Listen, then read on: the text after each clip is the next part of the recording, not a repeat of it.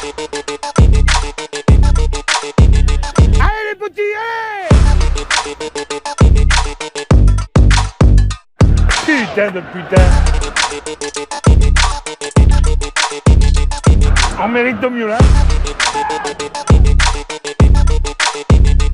C'est fini! Reims-Montpellier, c'est fini et Montpellier Sport, c'est parti. Le débrief de la défaite à Reims 2-0 et d'une soirée noire en clôture de la 15e journée de Ligue 2. Montpellier Sport Club, le podcast, le 7e numéro. Benjamin Psaume et Geoffrey Dernis pour débattre, analyser et m'accompagner tout au long de ce 7e numéro. Bonjour à tous les deux, messieurs. Salut Bébert, salut Béji. Salut les amis. Et pour commencer, c'est de Geoffrey dont je voudrais qu'on dise un mot. Geoffrey, Sandrick Bitton aussi et plus généralement l'Atlas Payade, sorti de la Coupe de France à la Mosson le week-end dernier, défaite 2-0 là aussi face à Bourg, club de National N1.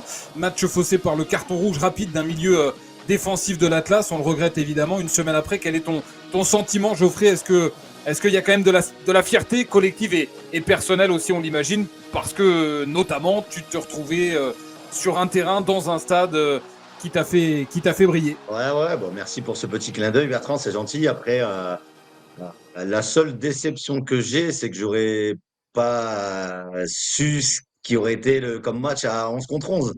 Donc, c'est la seule interrogation que j'ai de savoir si le plan qui avait été mis en place aurait pu fonctionner.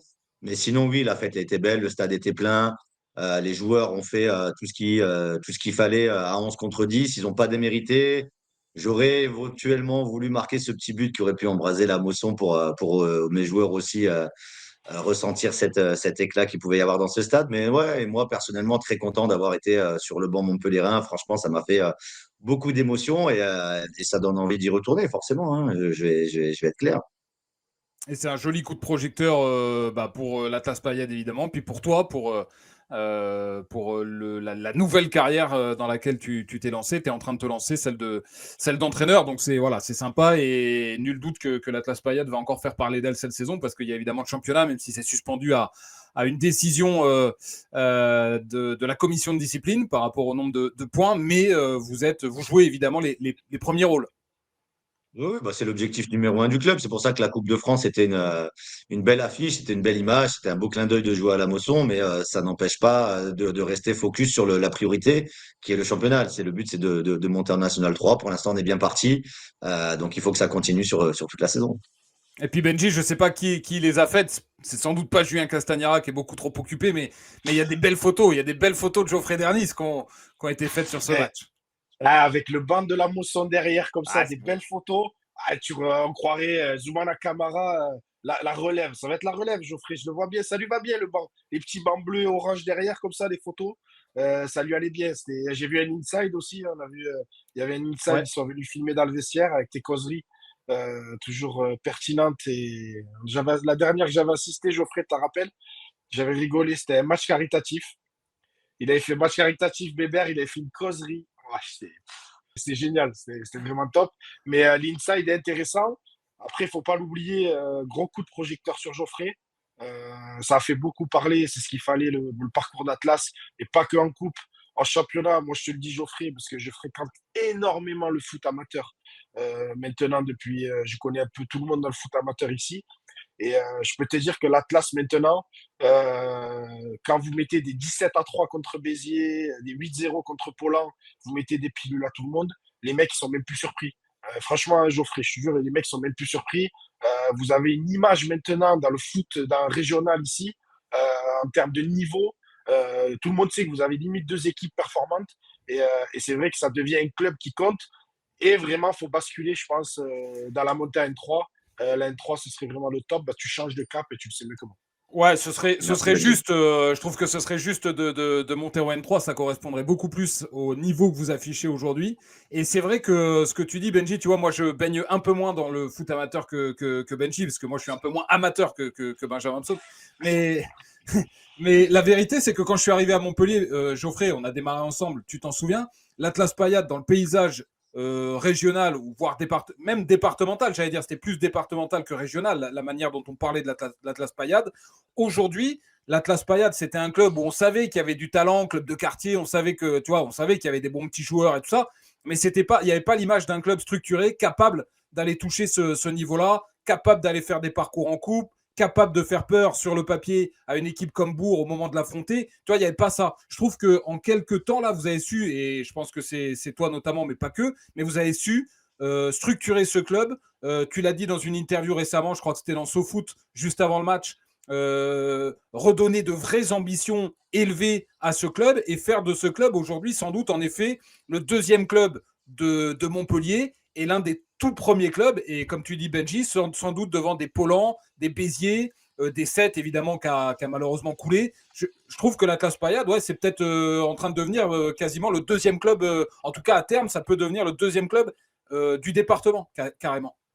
C'est un peu l'objectif du président. De toute façon, il l'a annoncé hein, quand on a fait ce match de Coupe de France. Il a annoncé à la fin du match que lui, l'idée, c'était de faire de l'Atlas Payade le deuxième club de Montpellier.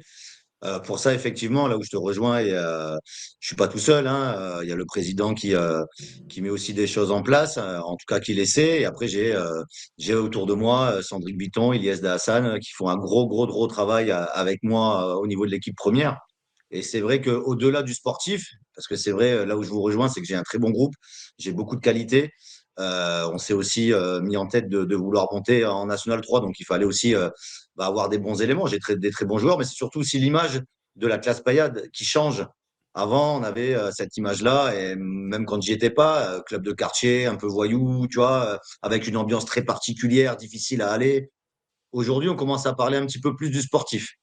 Donc, c'est ça qui est intéressant. On parle beaucoup plus de la qualité de jeu, de la qualité des joueurs, un peu moins de l'environnement. Et ça aussi, c'est quelque chose qui est en 2 ans assez formidable pour nous parce qu'on commence à parler vraiment de conception du football. Voilà, et puis de ce qui se passe aux alentours.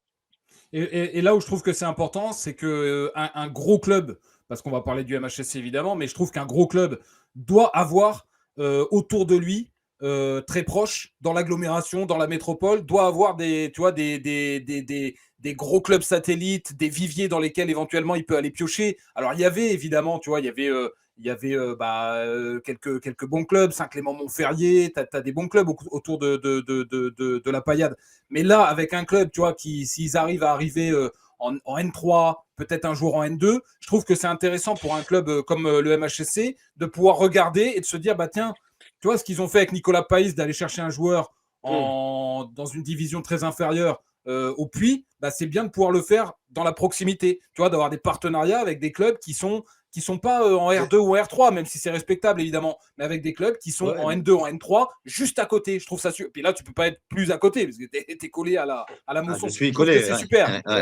Ouais, il y a plein de choses. Il y a ça, et il y a aussi le partenariat qui peut être mis en place parce qu'à l'époque, quand il y avait 7, le MHSC prêtait ses joueurs en National 2 pour qu'ils s'aguerrissent.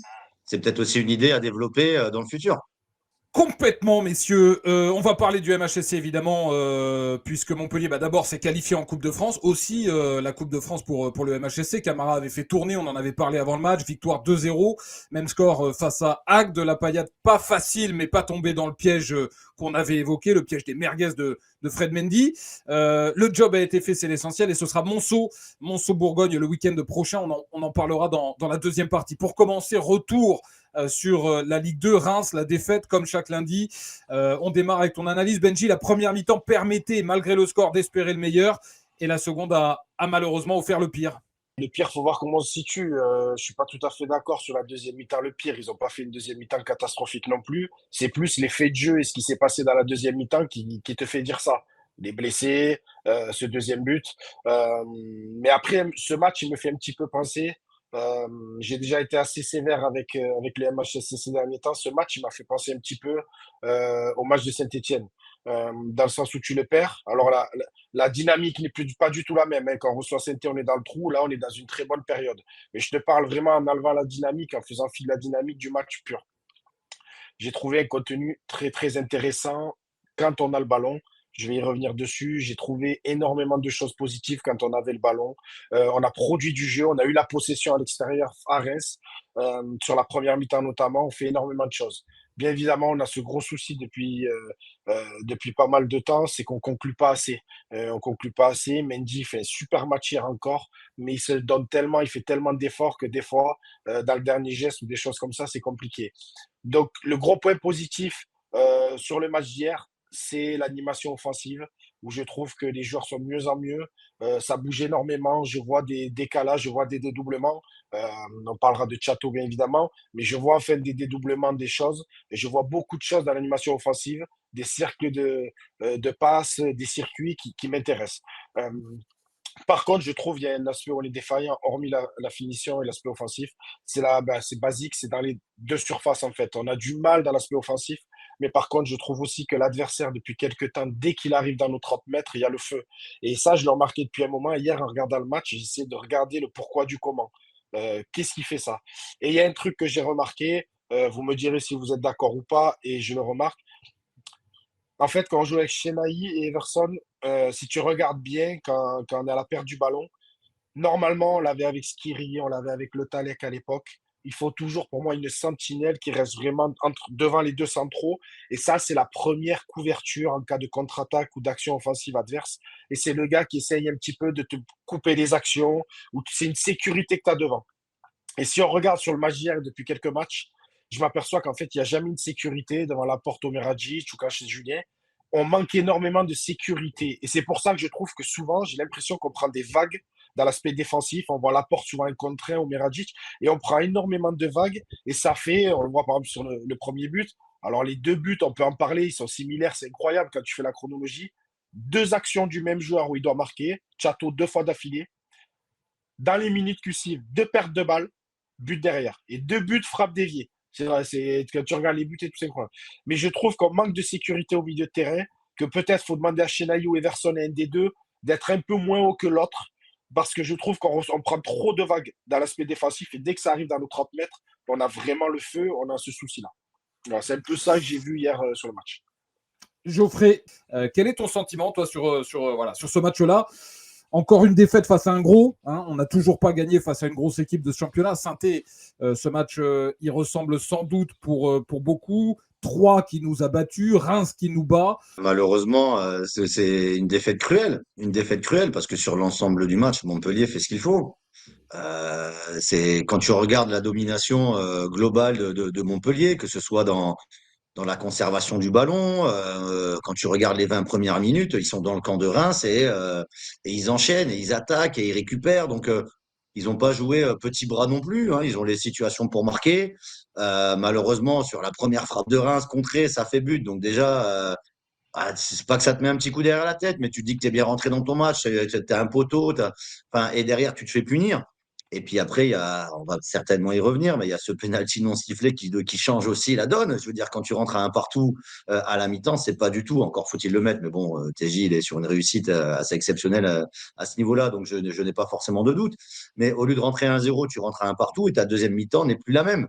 Ta deuxième mi-temps, tu rentres, tu es obligé de revenir au score, de repartir vers l'avant, alors qu'à un partout, tu as peut-être un petit peu plus de temps pour préparer ta deuxième mi-temps, alors que là, c'est pas le cas. Et donc, non, il y a encore une fois, effectivement, là où je rejoins Benji, c'est que devant le but, il y a eu énormément de situations et pas de réussite. Donc voilà, Chateau, à un moment donné, il y a le poteau, certes.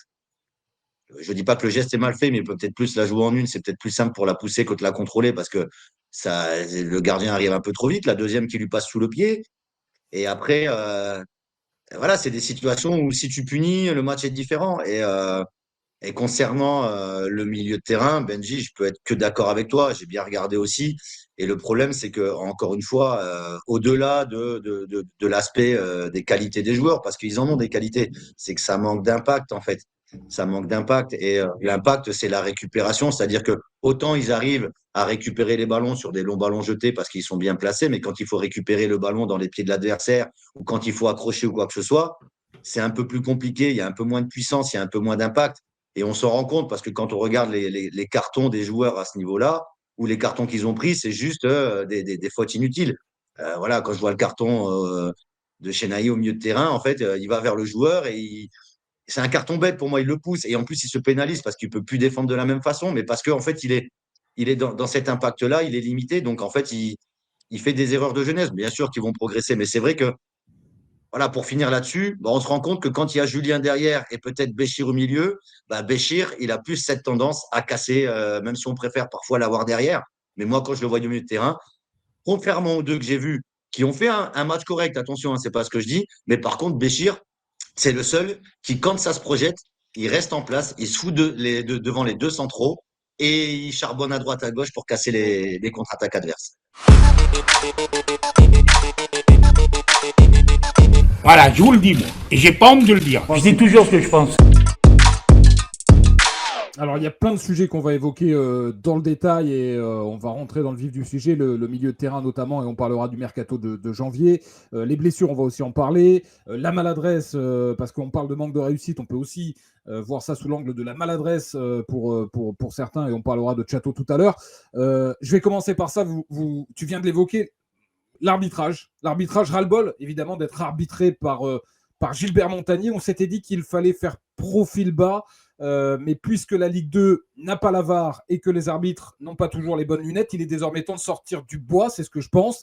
Est-ce que vous partagez le fait qu'il est peut-être temps de dénoncer publiquement, même si je sais qu'on en avait parlé il y a quelques podcasts, quelques émissions, et que vous étiez un peu frileux sur ça parce que vous pensiez que ça pouvait se retourner contre nous. Est-ce que là, il n'est pas temps quand même de dénoncer publiquement un arbitrage limite, voire scandaleux quand il s'agit de Mendy, parce que Mendy continue d'en faire les frais. Sur le direct, la façon dont il plaçait Mendy, je sais qu'il y a pénalty. Parce que comment le ballon, il est parfait pour son pied droit, il a 5 mètres du but. Comment dans sa tête, il peut se dire je vais gratter le péno alors qu'il est en train d'armer. Donc en fait, c'est une situation où tu te dis c'est impossible qu'il n'ait pas touché parce que sinon il aurait frappé normal et tout. Et donc après, le ralenti confirme qu'il y a faute. Et qu'il y a faute de Palois, mais il est en retard, ça se voit de suite. Moi, le seul problème que j'ai, c'est honnêtement, c'est un débat, je relance le débat, c'est la VAR.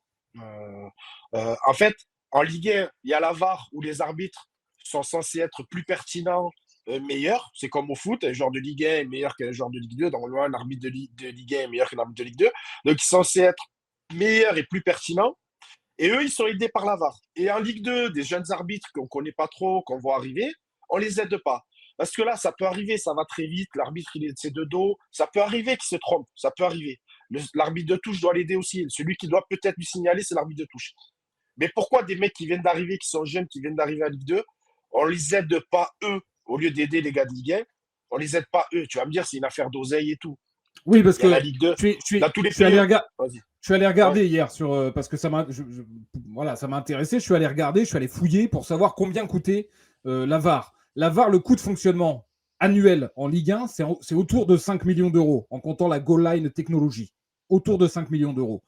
L'introduction de la VAR en Ligue 2, elle est estimée à plus de 7 millions d'euros parce qu'il faudrait évidemment faire des travaux. Tu as des clubs qui ne sont pas paramétrés, configurés pour pouvoir accueillir ce matos sans travaux. Donc, ça coûterait 7 à 8 millions d'euros. C'est une somme, évidemment. Tu la divises par le nombre de clubs. Si tu veux faire supporter ça au club, tu es autour de 250 000, 300 000 euros. Ça me semble pas... un peu moins de langoustine pour les uns et un peu plus de matos pour les autres. Voilà. Moi, je suis d'accord avec toi. Il y a tellement d'enjeux, il y a des salaires, il y a des partenaires dans les clubs, il y a du business, que ça, c'est tellement important. Et que là, ça arrangerait Montpellier parce qu'il va avoir la VAR comme tout le monde à 90%. Il va dire il y a péno et ça relance tout. Et pour d'autres situations, contre nous ou avec nous. Mais je trouve que ça réduit un petit peu les injustices. Alors, il y a quand même parfois des problèmes. Mais on parle tout le temps, tu as remarqué avec le débat de la VAR, on parle tout le temps quand elle est mal utilisée. Mais moi, je regarde quand elle est bien utilisée. À 80-90% du temps, ça sauve des injustices. Et je suis persuadé que hier, il aurait sifflé péno. Donc, pourquoi pas, j'ai regardé en Portugal ou des pays comme ça, des championnats moindres, en D2, ils ont la VAR. Il y a plein de championnats où ils l'ont, il n'y a que nous. Et c'est vrai que c'est ça qui m'interpelle un peu, parce que les arbitres, il y en a certains qui font pas mal d'erreurs. On les incrimine pas, les joueurs aussi, mais c'est des arbitres qui viennent d'arriver, qui montent et qui sont pas encore finis parce qu'ils sont pas en Ligue 1, mais aidons-les un peu plus. Et là, malheureusement, c'est contre nous, c'est contre Montpellier. Il y a pas mal de situations. Il y a le péno, mais tu as quelques situations hier où son arbitrage, on le voit à la mi-temps. L'arbitrage, je trouve qu'il est un petit peu, sur la première mi-temps, il est un petit peu dans le sens de Reims. On le voit dans les contacts et tout. Zoumana, à la mi-temps, n'attend même pas les vestiaires. Il va le voir. Tu le vois à la mi-temps, il va de suite le voir sur le terrain. Et tu t'aperçois que le premier contact en deuxième mi-temps, il siffle de suite pour Montpellier. Parce que peut-être qu'à la mi-temps, il s'est rendu compte et ses assesseurs et tout lui ont peut-être dit, tu as sifflé un petit peu trop du côté rémois et en deuxième, équilibre un peu. Ça arrive. Mais voilà, c'est vrai que c'est une injustice. On se sent floué. Mais aidons plus les arbitres pour être moins floués parce que c'est vrai que ça tourne beaucoup du mauvais côté en ce moment. là, en l'occurrence, il y a les images pour lui. Autant parfois, c'est des situations où, je me souviens quand on avait fait le débat, c'était une action un peu litigieuse où ça pouvait siffler comme ça ne pouvait pas se siffler. C'était vraiment à l'appréciation. Donc c'était délicat. C'était vraiment délicat de. Voilà, c'est l'arbitre qui aurait pris la décision et qui aurait fait son choix. Là, il n'y a pas de débat. Là, vous pouvez revoir tout. Et là où je rejoins Benji, et j'en suis convaincu, c'est qu'à la mi-temps, certes, Zoumana Camara va le voir pour lui expliquer, mais je suis convaincu qu'il a revu les images. Il a un quart d'heure pour revoir les images. Je suis persuadé que il a dû recevoir, regarde l'image. En plus, c'est à la télé, tu as tous les ralentis. Il sait qu'il s'est trompé. Il le sait. Il y a contact, il ne touche absolument pas le ballon, ça tape sur Mendy. Donc, il sait qu'il s'est trompé. Et il sait que quelque part, le score et le match n'est plus le même s'il prend la décision de siffler. Donc, forcément, en deuxième mi-temps, et là, c'est vrai, sur des situations un petit peu où parfois, à un moment donné, j'ai une image au milieu de terrain, tu as un Rémois qui récupère un ballon hyper dangereux, et je trouve proprement, et il siffle le coup franc pour Montpellier parce qu'il se dit, bon, là, si ils vont marquer le deuxième sur cette action-là, je pense que je me fais tuer. Donc, forcément, il a essayé d'équilibrer, mais ce penalty-là, ouais, je pense qu'il change après la donne sur la deuxième mi-temps. C'est juste ça qui est frustrant parce que Montpellier a tout fait en deuxième mi-temps pour essayer, mais Reims, ils avaient juste à être solides et de toute façon, ils ont joué qu'en contre. Ils n'ont pas procuré de football, hein. Par contre, ils ont été très bons en contre, mais ouais, l'arbitrage, je ne sais pas comment on pourrait faire pour les aider en Ligue 2. Euh, Tu vois, il y a un truc que je remarque, alors on va parler comme des anciens, peut-être avec Benji, mais à l'époque, parfois, tu avais les juges de touche qui pouvaient prendre des décisions. Tu les voyais agiter le drapeau, tu les voyais un petit peu. Voilà. Aujourd'hui, j'ai l'impression qu'ils ne font plus rien, en fait. Tu vois, j'ai l'impression que l'arbitre, il est vraiment, voilà, si, pour les hors-jeux, si tu veux. Mais à côté de ça, sur des fautes parfois à côté d'eux, ils prennent pas d'initiative. Il y a pas, et je vois même ça râle en disant, bah, même le juge de touche, il a rien dit. Comment tu peux siffler faute? Les arbitres sont un peu esselés. Et peut-être que ça, c'est un sujet de conversation, de se dire quelle est aujourd'hui la responsabilité des juges de touche à prendre la décision ou pas. Parce que si lui, il le voit, il doit le dire. Je ne dis pas qu'il le voit, mais il est peut-être censé le voir sur l'action. S'il voit que le ballon ne change pas de direction, s'il voit en plus que le pied de Palois touche Mendy, qu'il est sûr de lui, en plus, il est censé être aligné, parce qu'il est censé être aligné sur les derniers défenseurs, il est obligatoirement dans l'axe de l'action. Donc, moi, ma question, c'est l'arbitre a fait l'erreur, mais est-ce qu'il n'aurait pas pu être aidé par son juge de touche? Voilà, c'est déjà une question que je me pose. Sur cette action, c'est clairement le juge de touche qui a le meilleur angle. C'est l'angle, il est de côté, il voit l'action, elle est de son côté un petit peu dans la surface, et c'est lui qui voit vraiment le geste de Palois. L'arbitre, il est derrière, il a 20-30 mètres derrière. C'est lui qui a le meilleur angle. Donc c'est lui qui doit, tu as tout à fait raison, il doit l'aider.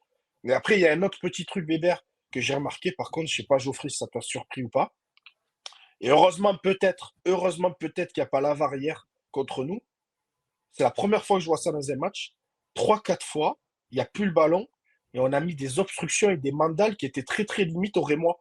Vous n'avez pas fait gaffe? 3-4 fois chez Naï, Fayad l'a fait aussi. Les mecs au sol de Reims, on voyait les ralentis. Je ne sais pas s'il y avait de la nervosité de notre côté exacerbée. C'est ce que je Mais t'expliquais tout à 3-4 fois, l'heure. les mecs, ils ont pris des. C'est ce que je t'expliquais tout à l'heure sur le carton où en fait, bête en fait, c'est qu'en fait quand ils ont pris des vagues, ils commençaient à voir que ça envoyait, qu'ils arrivaient pareil. Ils ont commencé à faire des fautes inutiles. Et là où tu as raison, ouais, ça, là par contre, l'avare, t'es peut-être bien content de l'avoir, tu vois. Mais tu vois, et contrairement à ça, l'injustice aussi, c'est qu'à un moment donné, TJ sur une action, il se fait crocheter au milieu du terrain. Je sais pas si tu te souviens ou quand Mendy part dans l'axe et il tombe au milieu du terrain et l'arbitre ne revient pas pour mettre jaune. Alors c'est des fautes totalement différentes parce que c'est avec le coude pour les Montpellierins. Mais tu mets le carton là, tu dois le mettre, tu vois. Et pareil, le milieu de terrain, il ne défend plus de la même façon sur TJ dans la deuxième mi-temps. Donc voilà, c'est des petites choses. Mais là où je te rejoins, ouais, il y a des actions. Ouais, j'ai pas compris le coude dans ouais. C'est 3 joueurs qui ont fait ça. Il y a Chenaï, Fayad, il y en a un autre. Et la VAR, t'en parlais tout à l'heure, Benji, elle a été introduite en effet en Bundesliga 2, deuxième division en Allemagne. Elle a été introduite en deuxième division. Il y a un système VAR en Espagne. Et après, on peut aussi imaginer qu'il peut y avoir un système à moindre coût éventuel, avec pas tout le dispositif VAR, mais pourquoi pas imaginer comme au tennis que chaque entraîneur puisse revoir deux situations, puisse arrêter le match 2 fois sans que, tu vois, il y ait tout le dispositif. Peut-être mais voilà. Si tu fais ça, c'est que tu as mis le dispositif. C'était challenge. Tu veux dire des challenges comme au tennis. Ouais. Mais si tu fais ça, c'est que tu as le dispositif. Donc, quitte à avoir le dispositif, après, l'installation est la même. Ouais, je me dis simplement qu'il y a peut-être un dispositif moins cher à envisager, tu vois, que tout le quart VAR, que tout le système actuel avec 3 arbitres, avec tous les techniciens, etc. Tu as peut-être des systèmes à moindre coût. Sur le cas d'hier, par exemple, c'est la caméra du diffuseur unique. Tu n'as pas besoin d'avoir des plans arrêtés, des trucs. En voyant Ça. la ralenti du diffuseur unique, tu sais qu'il n'y a, y a pas de débat. Mais ce qui m'interpelle, les gars, parce que ce qui est intéressant, hier, le diffuseur, le gars bord terrain, a expliqué, alors je sais pas si c'est vrai ou pas, mais a expliqué qu'à la mi-temps, il allait voir l'arbitre et l'arbitre a revu les images à la mi-temps et lui a dit que pour lui, il n'y avait pas péno, même en ayant vu les images. Il a dit ça, le bord terrain hier. Donc après, on dit ça, mais je sais pas, hein. Bon, bah alors c'est que l'arbitre, il est mauvais. Enfin, je veux pas dire, mais là, c'est que là, si lui, il estime qu'il n'y a pas faute, ah, mon grand, redescend d'un étage, mais quelqu'un d'autre, tu vois ce que je veux dire, à un moment donné. Ouais. Alors parfois, on peut être méchant avec les arbitres, mais un joueur, quand il est pas bon, quand il fait un peu n'importe quoi, bah, il va sur le banc, il Ah va avec ben la oui. réserve. Tu vois ce que je veux dire? Bah, là, dans les arbitres, il y en a un qui est meilleur en dessous et qui prend. Là, aujourd'hui, bah, je suis curieux de savoir s'il y a un comité d'arbitrage, une réunion, et qui se justifie en disant, mais pour moi, je ne siffle pas. Ah ben, je suis curieux de savoir ce qu'il va se dire. Alors, si on le suit, bien sûr, mais là, pour non, il ne peut pas dire ça. Il ne peut pas dire ça. Et après, pour revenir à ça, pourquoi je rigolais quand tu parlais du challenge, c'est que déjà, les matchs, parfois sur des situations où je trouve que c'est flagrant, qu'il n'y a pas besoin de 2 minutes pour prendre une décision, où tu vois une image, tu dis, bon, bah voilà, ça c'est fait, c'est rideau, et les arbitres, ils mettent 10 minutes à regarder. T'imagines si les entraîneurs font challenge, ouais, le match, il va durer 7 heures, hein, les gars. Mais l'idée est pas mal. T'as le droit, il disait d'en faire un ou deux par T'en match. mets deux. T'en mets deux, ouais, il Ouais. disait. En tout cas, moi, je suis favorable là pour le coup. Ouais, moi aussi. Autant Après, il y a parfois, les pro-VAR et anti-VAR, hein. non, mais autant parfois j'aime qu'il se contrôle parce que je pense que parfois il y a des déclarations un peu à l'emporte-pièce qui lui ont joué des tours. Autant là, j'ai envie de voir Laurent Nicolin, tu vois, arracher sa chemise et montrer les pectoraux. Je sais pas s'il y a pectoraux, mais j'ai envie de le voir, tu vois, comme un lion en cage et qu'il aille et qu'il nous fasse une déclaration et qu'il allume tout le monde parce que là, à un moment donné, voilà, je veux bien qu'on soit gentil, mais ça fait 15 journées que. Et même Mendy en conf, tu vois. Je me suis même demandé s'il n'avait pas un petit peu. S'il n'allait pas sur ce match et sur la suite subir ses déclarations, mais même en conf d'avant-match où il était au MHSC, il a allumé un peu. Il a dit voilà, les arbitres, je leur parle pas parce qu'on peut pas leur parler. Et il les a allumés un petit peu et il a lui-même voilà, dit que.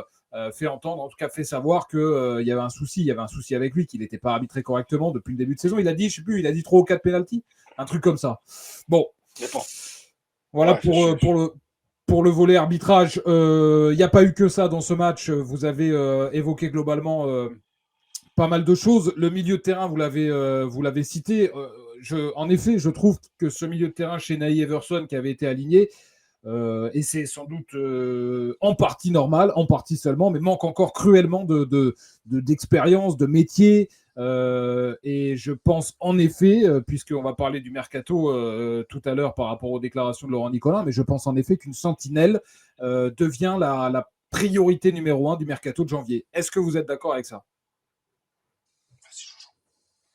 Alors, en fait, une sentinelle, oui et non, ça dépend du schéma de jeu de Zoumana Camara. Pour l'instant, il joue avec 2-6.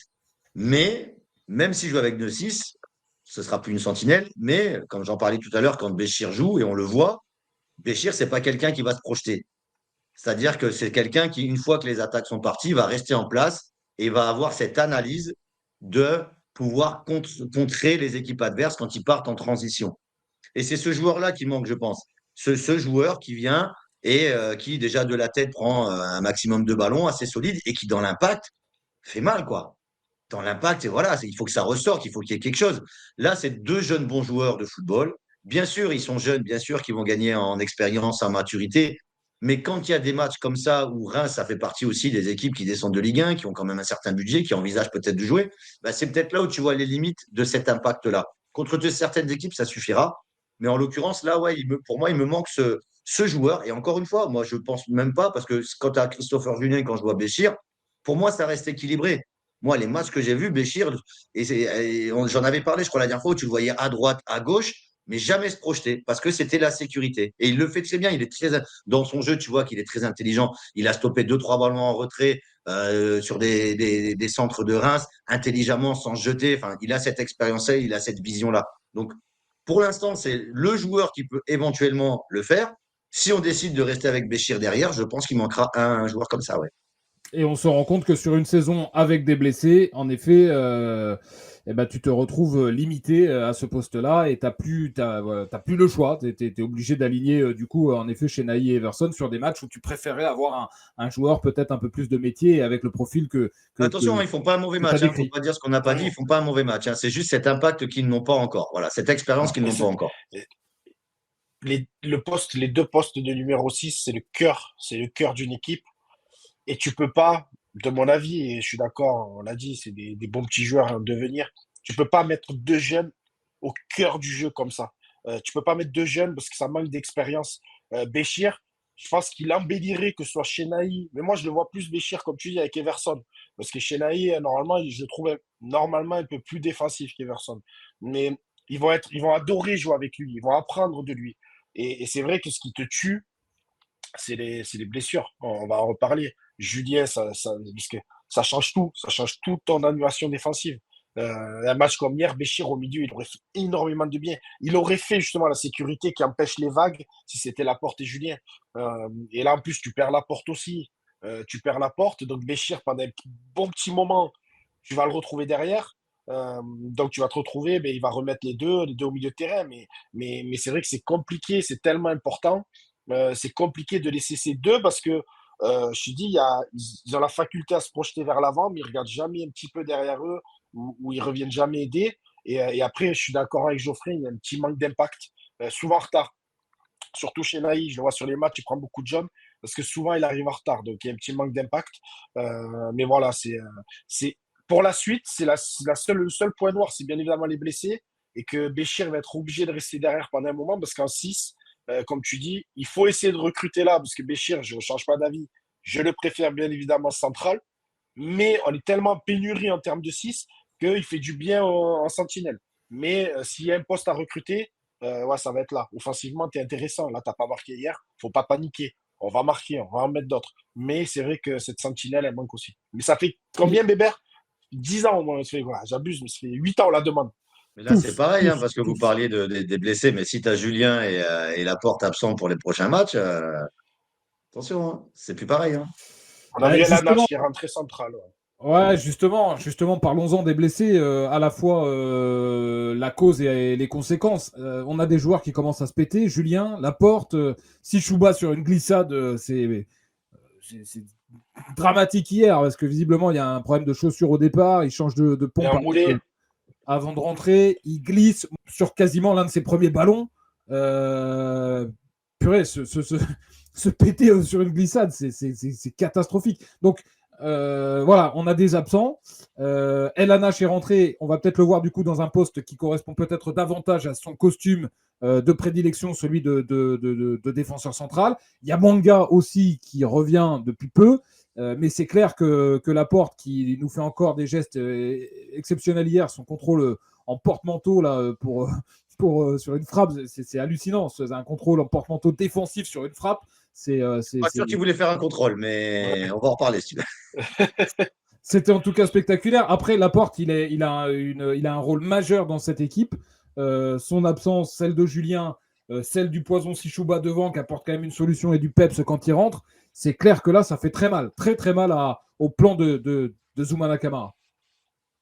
ouais, il va devoir trouver des solutions. Après, n'oublie pas, je pense que peut-être Minkarelli, ça peut le faire, central gauche.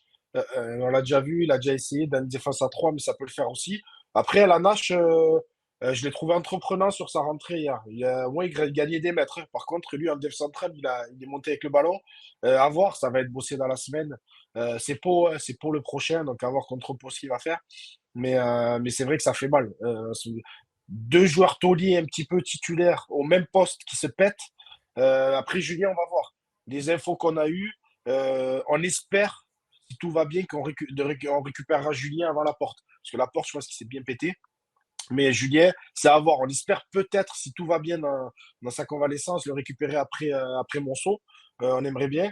Donc voilà, ce serait pas mal parce qu'on va en avoir besoin parce que ça nous permettrait de faire monter Béchir. Mais c'est vrai que si Chouba, après, glissade, après, si Chouba, on le sait, c'est un joueur fragile, hein. Souvent blessé, on a vu des échos, notamment une des échos de Rennes. Moi, j'en avais eu et c'est vrai que c'est un joueur souvent blessé.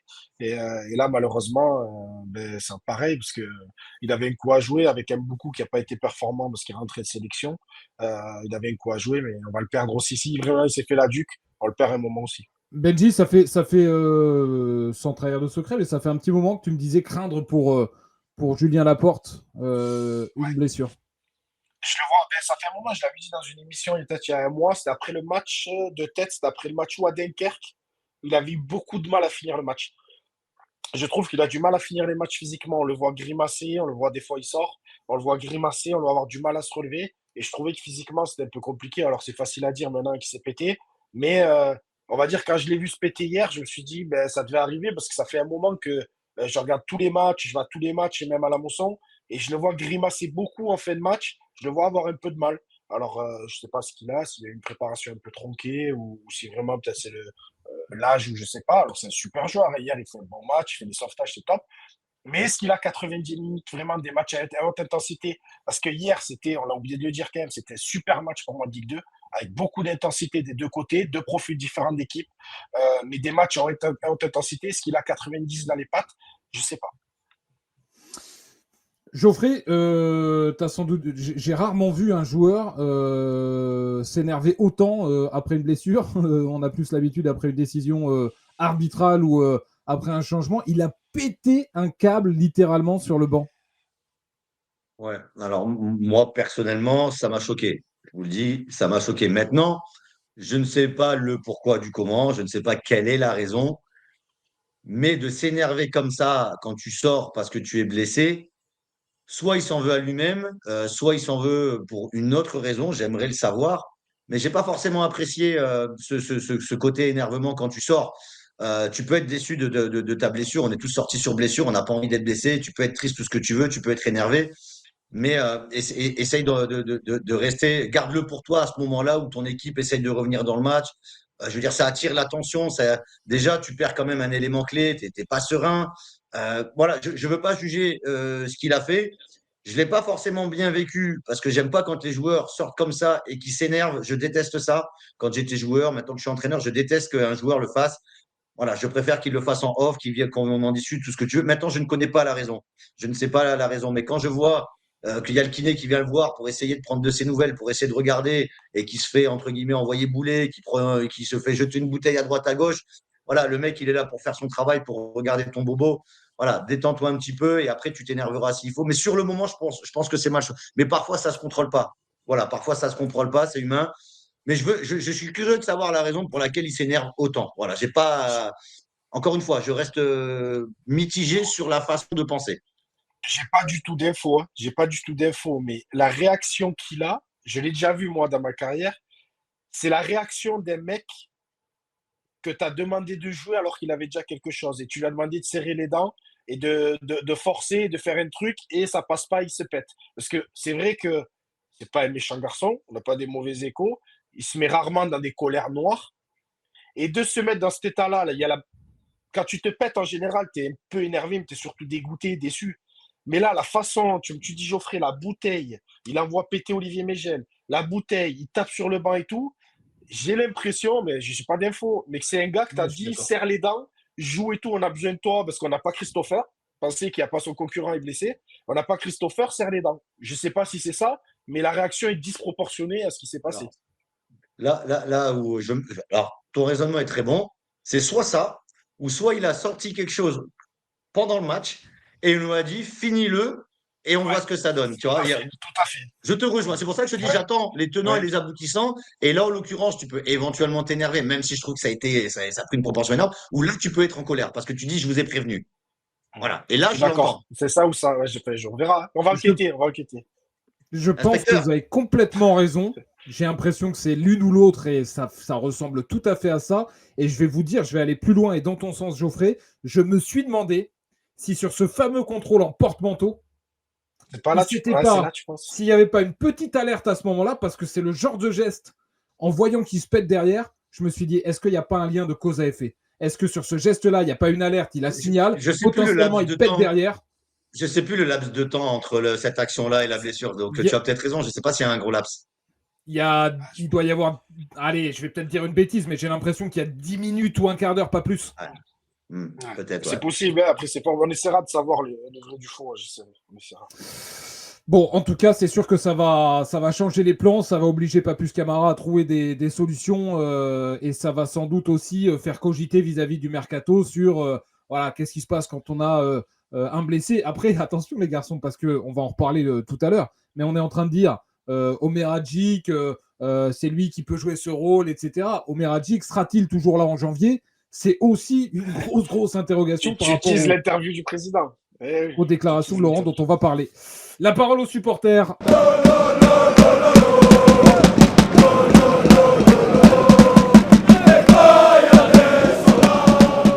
La parole aux supporters avec des tonnes de messages évidemment sur l'arbitrage, vous en doutez. On l'a évoqué sur le contrôle. Il y avait la porte-manteau qui était un tweet de Julie, très bien trouvé. Il y a Flo qui, parce qu'on va évoquer le cas de Chateau, Flo disait Chateau bouffe la feuille de match. Christopher, lui, disait on en parle de Chateau qui te coûte le match carrément sur le poteau, il doit la mettre directement. Et comment peut-on rater son occasion en deuxième mi-temps, même un débutant l'aurait mise? Ce sont deux messages, il y en avait des tonnes.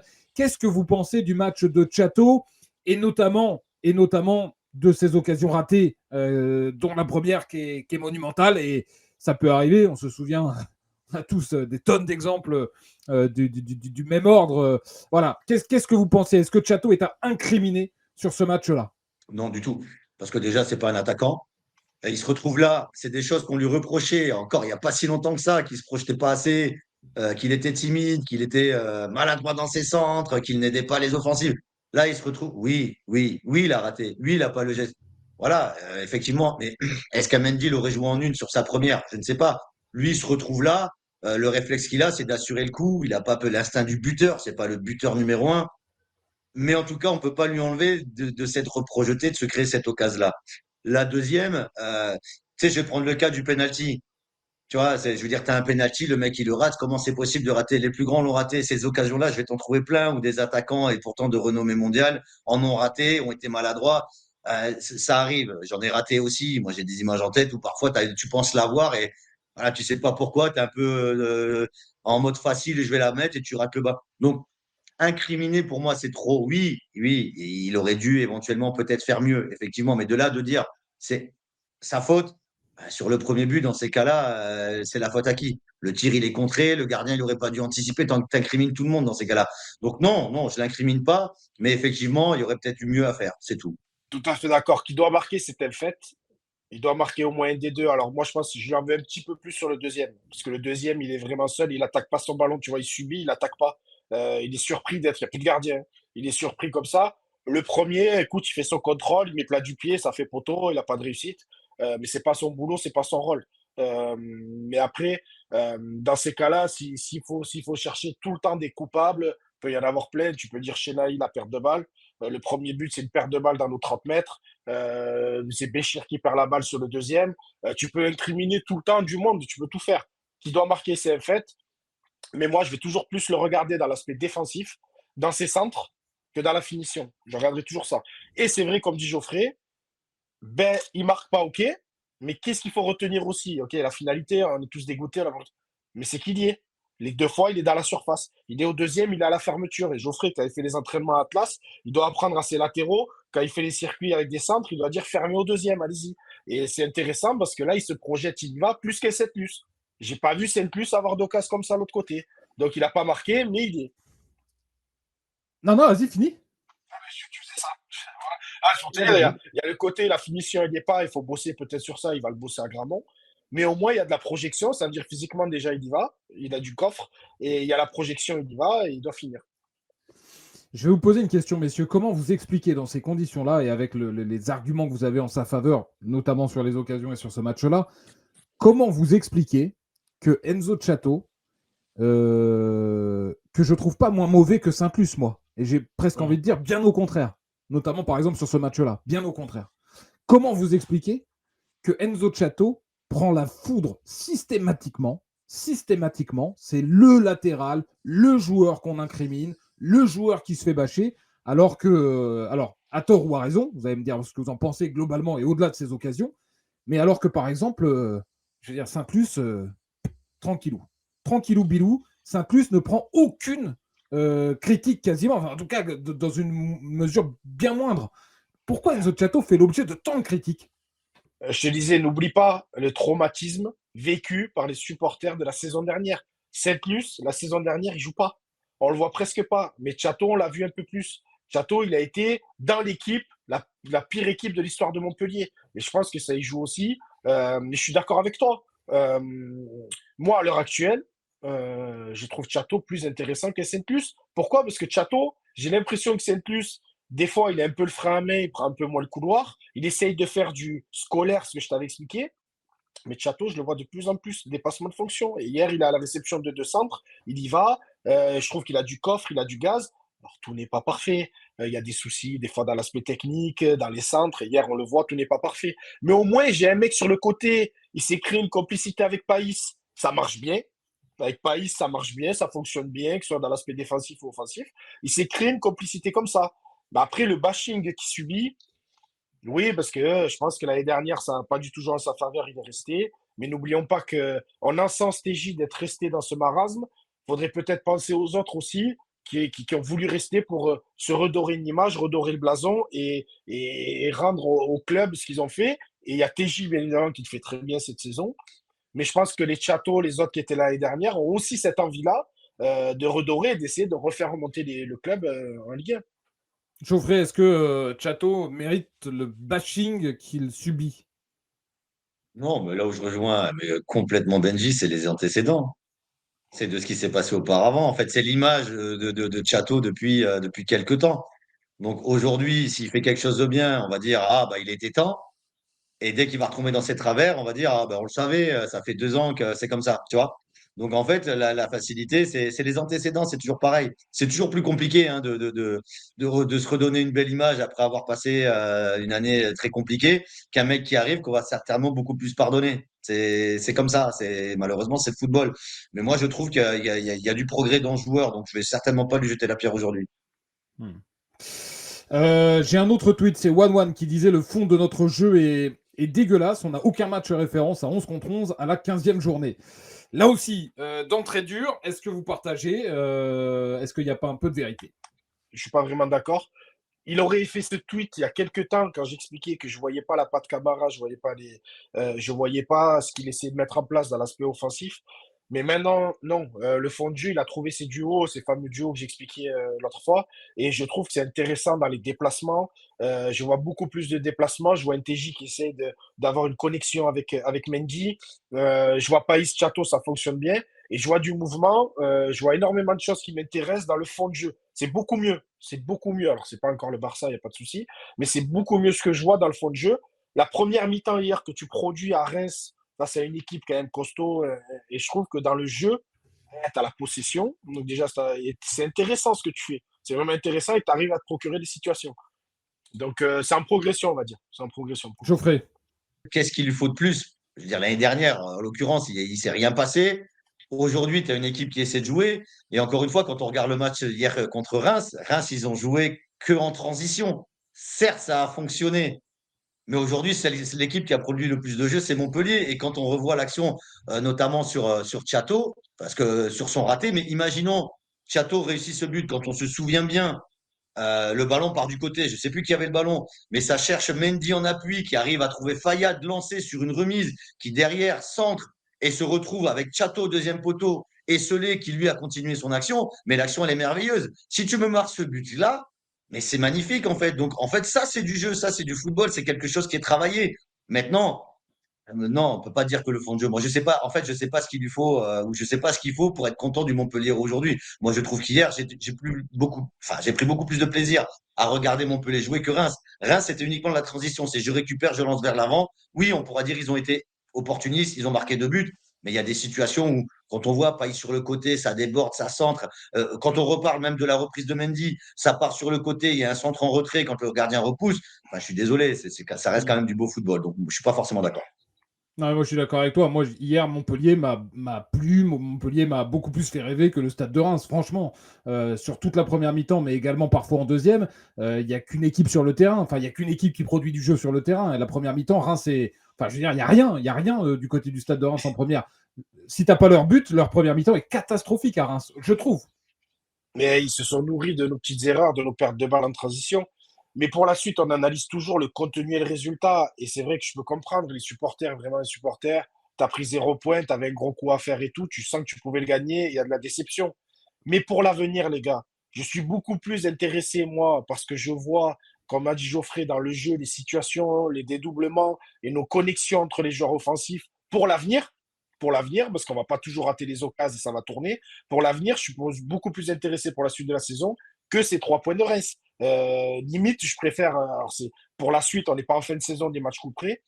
Je préfère avoir un contenu comme ça et à la rigueur le perdre, tu te fais coacher sur 2 pertes de balles, que de voir une équipe peut-être qui fait 0-0 à Reims, mais tu vois rien comme on voyait il y a 2 mois, où tu vois pas grand-chose dans le jeu, tu vois pas les idées. Là, je suis plus rassuré. Regarde, J'ai je vais Yannou même pour. aller plus loin. J'ai envie de poser la question, Bertrand, pour revenir entre le début de saison et aujourd'hui. Moi, je vais juste prendre un match à l'extérieur que j'avais regardé, c'est le match de Guingamp. Est-ce qu'aujourd'hui, la personne qui te dit ça, s'il revoit le match de Guingamp, il revoit le match d'hier, est-ce qu'il voit une évolution ou pas? Ah, moi, je vois complètement autre chose, hein. J'ai Yannou pour finir qui disait, alors c'est au rayon des bonnes nouvelles, très rapidement et ensuite on basculera sur le débat. Nicolas Pays est en train d'uriner sur Reims depuis 30 minutes. Il poste ça en première mi-temps. Il est, il est vrai que Pays hier a fait un match, un très gros match. Un très gros match. J'ai vu un grand Pays hier. Je suis très très bon pays. La seule chose que je vais commencer à lui demander, et c'est ce que je demande tout le temps aux offensifs, et ils sont bons dans le jeu, commence à me faire des stats un petit peu plus. Je pense qu'il peut faire un peu plus de passes D, un peu plus de buts. Il a marqué l'autre jour à la Mosson, c'était top, c'était cool, c'était contre Nancy. Mais il est tellement intéressant dans son rôle. Il a des qualités de percussion, de vitesse.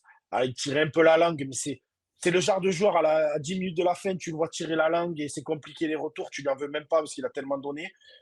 Mais ça se passe bien avec Chateau, c'est ce que je disais. Il est très intéressant en rentrant sur son pied gauche, parce que d'habitude, et Geoffrey dirait mieux que moi, 100 fois, souvent tu rentres sur ton pied gauche. Quand tu joues à droite, tu rentres énormément. Mais lui, il a une qualité qui est un peu plus rare pour un gaucher, c'est que parfois il rentre pas et il arrive à déborder aussi. Il y va, il peut partir des deux côtés. Alors d'habitude, un gaucher, tu dis, il va toujours rentrer à l'intérieur et combiner. Et donc ça, c'est intéressant. Et grosse qualité de vitesse, il a du coffre. Grosse qualité de percussion de vitesse. Il est en train de prendre le lead sur les côtés parce que je le trouve, il aime beaucoup, j'en parle souvent, je le trouve beaucoup trop irrégulier depuis le début de saison. Et moi, je trouve Païs plus intéressant quand même beaucoup. Mais voilà, c'est en progression totale à l'image de l'équipe. Et il faut qu'il continue juste un petit peu plus de stats. Et tu sais bien que j'ai raison. Pas de pot, hein. Le débat à présent, pour conclure cette émission, même si on dira un mot évidemment de Monceau, prochain match en Coupe de France, c'est l'interview de Nicolas dans Midi Libre que l'on va disséquer. 2 axes dans cette interview, le stade et les finances. Le stade d'abord, on l'attendait, certains le craignaient, d'autres l'espéraient, il faut le dire aussi. Il n'y aura pas de nouveau stade à Montpellier. Famille, Nicolas et collectivité se sont mis d'accord pour arrêter les frais et pour partir finalement sur une rénovation de la Mosson. Laurent Nicolin s'est rendu à l'évidence. Il n'a ni les fonds, lui, avec le groupe Nicolin, ni les partenaires avec le retrait de la banque d'investissement pour un stade à 200-250 millions d'euros. Impossible, ça, depuis le départ, pour la métropole d'injecter des dizaines de millions d'euros dans un projet privé. En revanche, possible de faire un gros effort sur un outil public et donc sur une rénovation de la Mosson. Solution que le club avait jusque-là toujours écarté. Il n'était pas question pour Laurent Nicolin d'investir dans la Mosson. Il n'est d'ailleurs toujours pas question pour lui de le faire. Et c'est la métropole qui le fera parce que le projet nouveau stade est donc définitivement abandonné après 9 ans de tentatives infructueuses. Et le coup de grâce, Laurent Nicolin le dit dans l'interview à Midi Libre, il n'en veut pas à la métropole, à Michael Delafosse, puisqu'il a toujours été clair sur le fait qu'il n'injecterait pas d'argent public dans un projet privé. Il en veut, j'ai le sentiment en lisant son interview, beaucoup plus à la banque territoriale. Ouais, voilà, le fait Pour pas avoir... il en veut à ceux voilà, qui ont abandonné le projet en cours de route sans qu'ils comprennent vraiment pourquoi. Est-ce que pour vous, c'est une catastrophe? Est-ce que pour vous, c'est une bonne nouvelle? Voilà, qu'est-ce que vous en pensez, messieurs? Ah, bah, pour moi, c'est pas une bonne nouvelle, hein. Alors, est-ce que c'est catastrophique? Je ne sais pas, parce que je ne sais pas les idées de Laurent Nicolin sur la suite, mais c'est sûr que c'est pas une bonne nouvelle du tout, parce qu'ils en faisaient quand même quelque chose de très important pour faire grandir le club, pour avoir leur propre stade, pour peut-être assainir les finances sur du moyen long terme avec leur propre stade, parce qu'aujourd'hui, on va pas se mentir, à la Mosson, il y a le stade, mais il y a rien. Et dans leur nouveau stade, dans leur nouveau projet, il y avait quand même des boutiques, il y avait quand même de la restauration de prévue. Donc c'était aussi un moyen d'avoir peut-être un petit peu plus d'argent, d'avoir aussi un petit peu plus de monde, parce que c'est vrai que quand tu viens à la Mosson, c'est jamais évident, on va pas se mentir, hein, tout le monde le dit, hein, j'invente rien. Euh, donc non, catastrophique, à voir avec Laurent Nicolin quelles sont les idées futures. Mais par contre, oui, c'est pas une bonne nouvelle du tout pour l'avenir du club, en tout cas. Et l'idée va être évidemment en rénovant la Mosson, il va y avoir évidemment des études, ça va prendre du temps, bien sûr, mais l'idée c'est donc de faire vivre le stade de la Mosson comme il ne vit pas aujourd'hui et dans la mesure du possible dans la configuration du quartier et là où le stade est implanté. La Mosson est en pleine transformation, on le sait, quand je parle de la Mosson, du quartier de la Mosson depuis quelques années, et donc l'idée va être d'insister, d'appuyer et d'offrir à Laurent Nicolin, à défaut d'un stade, le plus d'outils possible autour du stade pour en faire un lieu de vie qui permette de générer davantage de venues, davantage de public, davantage d'argent. Alors pas à hauteur sans doute de ce qu'aurait généré un nouveau stade dans un nouveau lieu dédié à ça, mais je pense que l'idée va être de limiter la casse. Benji? Ouais, c'est une déception. Moi, je trouve que c'est une déception parce que ce projet-là, je me rappelle, on avait reçu Laurent, un invité d'un autre, on évoquait déjà le stade. Pour moi, ça reste une déception parce que je pense que c'était un renouveau et un nouveau souffle pour le club, dans plein d'aspects, bien évidemment financiers. On avait évoqué énormément de pistes avec ce nouveau stade. Euh, et donc, c'est une déception. On va voir la rénovation de la Mosson. Moi, voilà, je vais être honnête, hein, je suis un peu plus circonspect sur tout ce que tu viens d'expliquer sur la Mosson.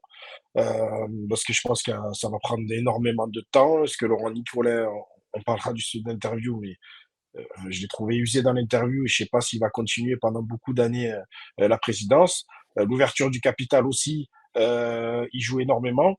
Donc voilà, c'est une déception pour moi parce que je pense que ça aurait apporté un nouveau souffle au club et à tout ça. Et voilà, après, je suis plus à l'aise pour te parler s'il y a Penno sur Mendy que pour te parler sur la politique et les stades. Après, là où je suis pas trop d'accord avec Laurent Nicolin, mais c'est l'amertume, je pense, qui lui fait prononcer ces mots-là, c'est quand il dit qu'avec un nouveau stade, il ne serait pas descendu en Ligue 2. Je pense qu'avec un nouveau stade, il aurait eu d'autres finances et donc peut-être d'autres moyens, mais c'est pas l'absence de stade qui lui a fait mettre des salaires énormes, et notamment à des Wabi Kazri, à des Benjamin Lecomte et compagnie. Donc sur ça, je suis pas trop d'accord avec lui. Là où je suis d'accord avec lui totalement, c'est que je pense qu'un nouveau stade aurait donner du baume au cœur à tout le monde et aurait donné un bol d'air financier au club à moyen terme. Mais voilà, je pense aussi, et je l'ai toujours dit, et avant même qu'on travaille sur ce podcast et aux côtés de la métropole sur ce podcast, moi j'ai toujours dit avant ça que, bien sûr que j'étais favorable à un nouveau stade, mais que j'étais très sceptique. Pourquoi? Parce que aujourd'hui, 2025, même si ce projet a démarré, comme le dit Laurent Nicolin, il y a 9 ans, mais on vit une époque où tu te heurtes à beaucoup plus de problématiques, notamment environnementales, mais pas que, également par rapport à l'argent public, qui font que on n'est plus il y a 10 ou 15 ou 20 ans où on va dire que voilà, je ne sais pas si je peux dire de cette manière-là, mais on va dire que chaque euro n'était pas compté comme c'est le cas actuellement. Les problématiques environnementales n'étaient pas aussi importantes qu'elles le sont aujourd'hui. Et donc tu te heurtais moins, comme c'est le cas aujourd'hui à Montpellier, à des oppositions par rapport à des projets pareils et par rapport au fait à la fois de bâtir voilà, du béton, quand bien même tu fais un stade le plus vert possible, mais sur des lieux qui aujourd'hui sont des lieux qui ne sont pas dédiés à ça. Et puis tu te heurtes moins aussi à des oppositions qui considèrent que mettre de l'argent public dans le sport et dans des projets privés, c'est une hérésie. C'était moins le cas auparavant, c'est le cas aujourd'hui. Laurent Nicolin et la métropole ont fait face à ça. Elles ont aussi fait face à une chose, c'est que Laurent Nicolin, même quand c'est pas de l'argent public, trouver de l'argent privé pour, pour mettre des ronds dans un projet pour un club comme Montpellier qui survit en Ligue 1 et qui tente de vivre aujourd'hui en Ligue 2, c'est compliqué.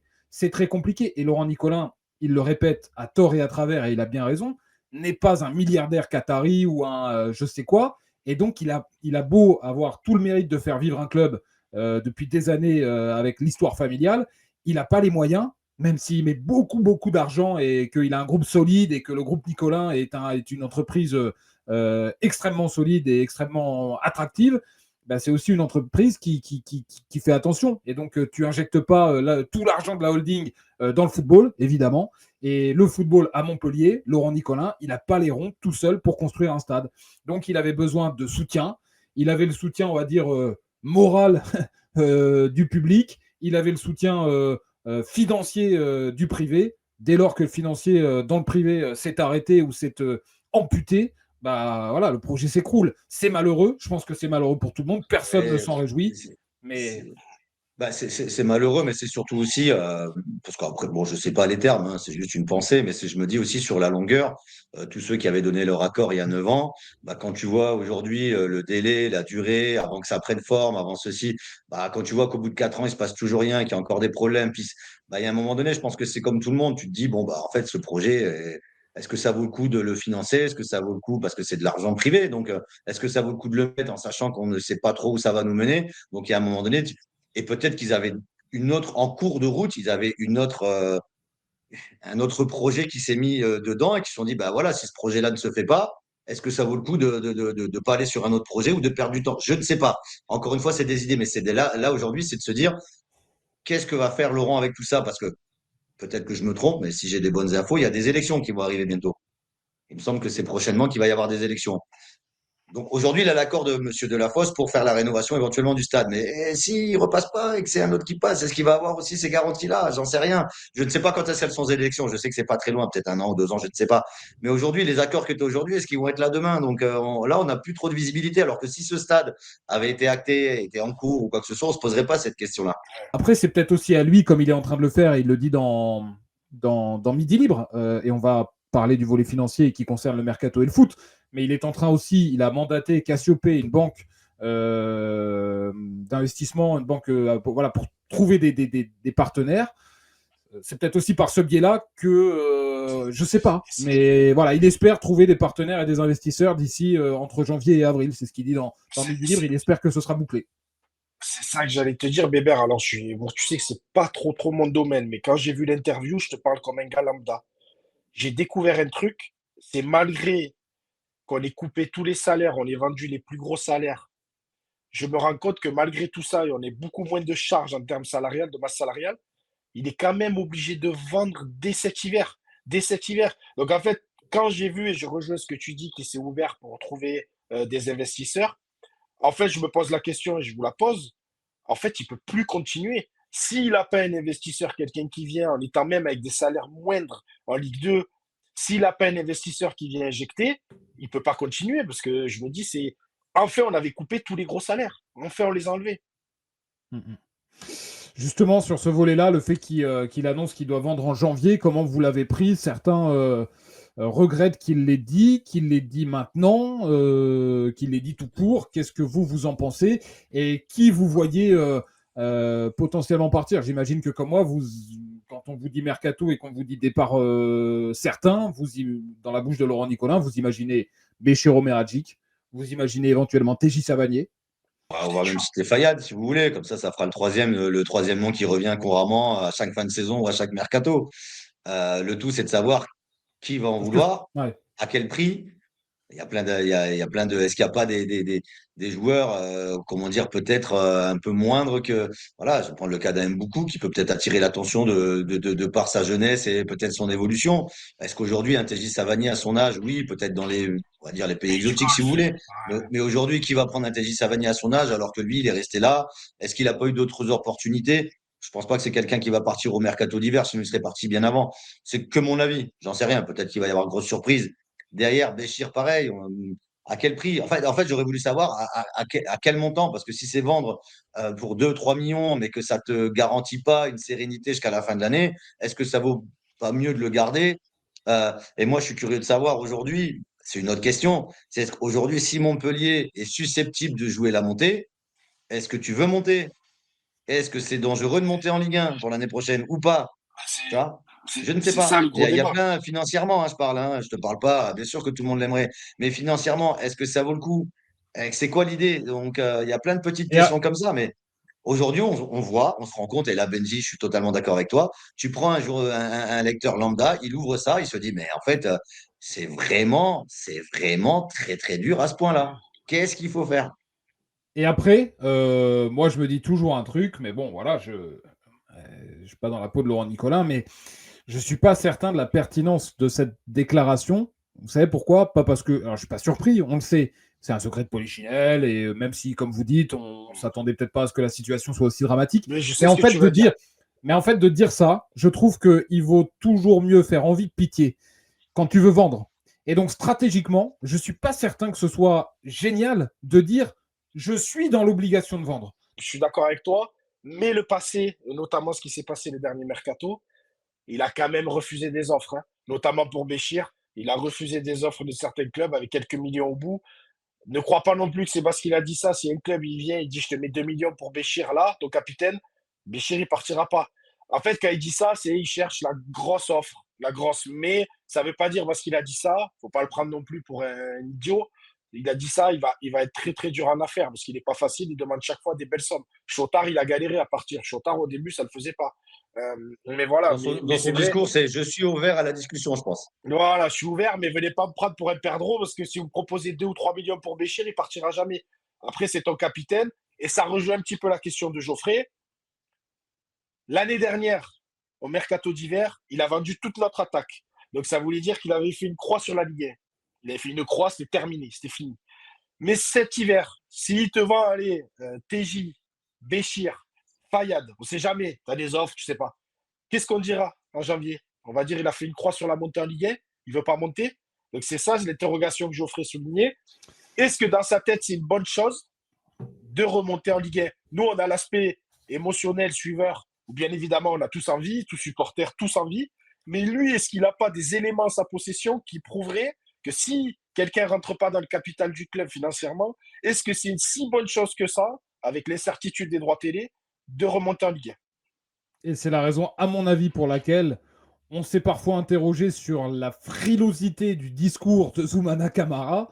Mais en fait, je pense que Zoumana Camara savait pertinemment ce que Laurent Nicolin vient de la couleur très pâle que Laurent Nicolin vient d'annoncer dans le journal. Et c'est la raison pour laquelle, lui, il n'arrête pas de dire encore avant Reims, on ne boxe pas dans la même catégorie, financièrement, on n'est pas les mêmes. Saint-Etienne, il avait fait le même coup juste avant le match. Il dit, ça ne veut pas dire qu'on n'est pas capable de les taper, mais il dit, je ne peux pas aujourd'hui vous annoncer la montée. Je ne peux pas être plus ambitieux que la reconstruction. Je pense que le discours de Camara qu'on n'a pas toujours compris s'explique complètement par les propos de Laurent Nicolin.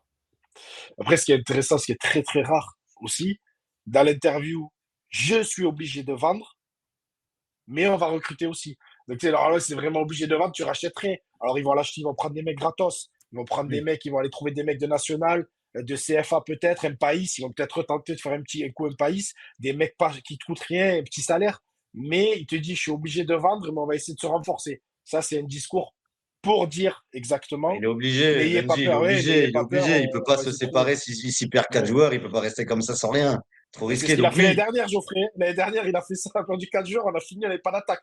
On avait Ouais, Andy mais t'avais Delors pas le... tout seul attaquant. oui, mais Ouais. il avait acté la descente, donc c'était pas Ouais. forcément quelque chose qui lui Ouais. touchait.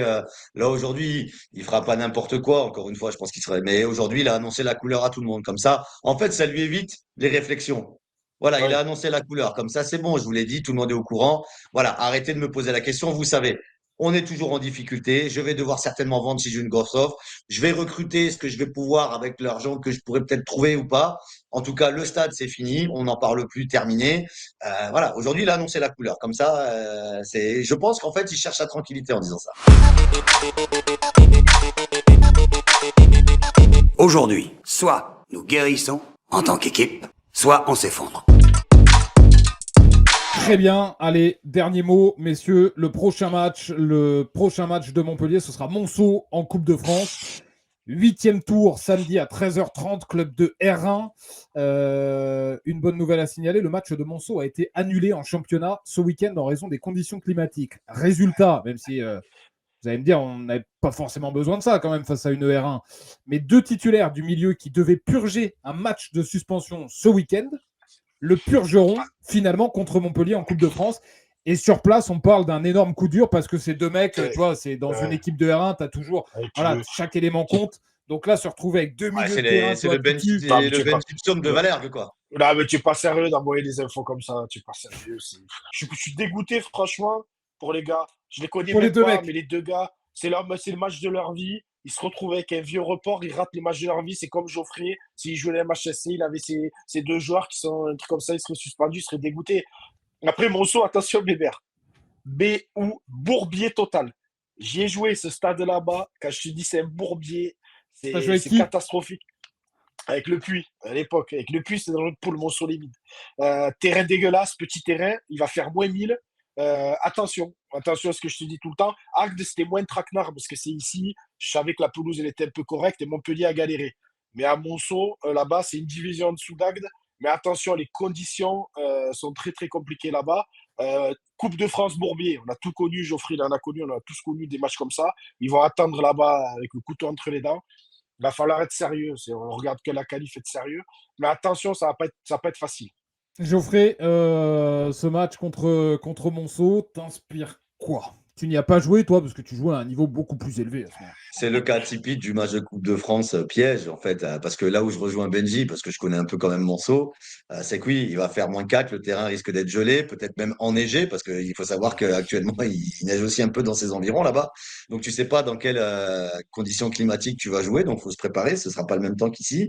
Après, c'est des joueurs qui ont rien à perdre, mais c'est un match de Coupe de France où il faut se qualifier, parce qu'encore une fois, il y a de l'argent à prendre. On parlait des finances du club. Il y a de l'argent à prendre en passant les tours, il faut le prendre. Et puis, c'est de repartir de là-bas avec une victoire après la défaite à Reims. Donc, en fait, tout est réuni pour faire un match, pour retrouver de la confiance, pour peut-être faire jouer un peu plus les joueurs qui n'ont pas beaucoup joué. Ouais, en fait, il faut prendre ce match-là au sérieux. Moi, je pars toujours dans l'idée où si tu peux faire la différence en première mi-temps pour te rendre le match facile, c'est le meilleur des moyens de passer un bon match. Et comme il va faire froid, est-ce que je peux conclure l'émission en disant que on a pris Monceau et ça pèle? Pour enlever la neige, bien sûr. Tu vas te prendre les ratours sur 6. Bon, en tout cas, je vois que tu as déjà mis ton chapeau derrière, là, au cas où tu devais y aller. Hein. La chapka. Non, je ne peux pas finir l'émission sur ça. Je vais la finir sur une autre info. Bertrand Rezeau, c'est une petite info. Bertrand Rezeau devrait rendre son tablier en fin de saison. Le directeur du centre de formation du MHSC devrait passer la main. C'est pas encore officiel, mais c'est une info qu'on a glanée. Plusieurs noms sont cités pour lui succéder. Des solutions internes, notamment. On aura le temps évidemment d'en reparler. Mais donc Bertrand Rezeau, retraite pressentie à la fin de la saison. Messieurs, merci beaucoup. Merci d'avoir été avec moi aujourd'hui pour ce 7e numéro du podcast du Montpellier Sport Club. On se retrouvera la semaine prochaine. Vous avez parfaitement débriefé l'actualité du MHSC et notamment ce match face à Reims. Podcast évidemment sur toutes les plateformes, sur YouTube en audio. Vous téléchargez, vous vous abonnez. Et bonne semaine à vous. Bon match face à Monceau à tous. Et allez la paillade. Allez, bye. Voilà, c'est tout. Hein. J'étais poli, j'ai pas dit de gros mots. Vous n'avez pas de questions, tout va bien, je peux me casser? C'était pas très catholique.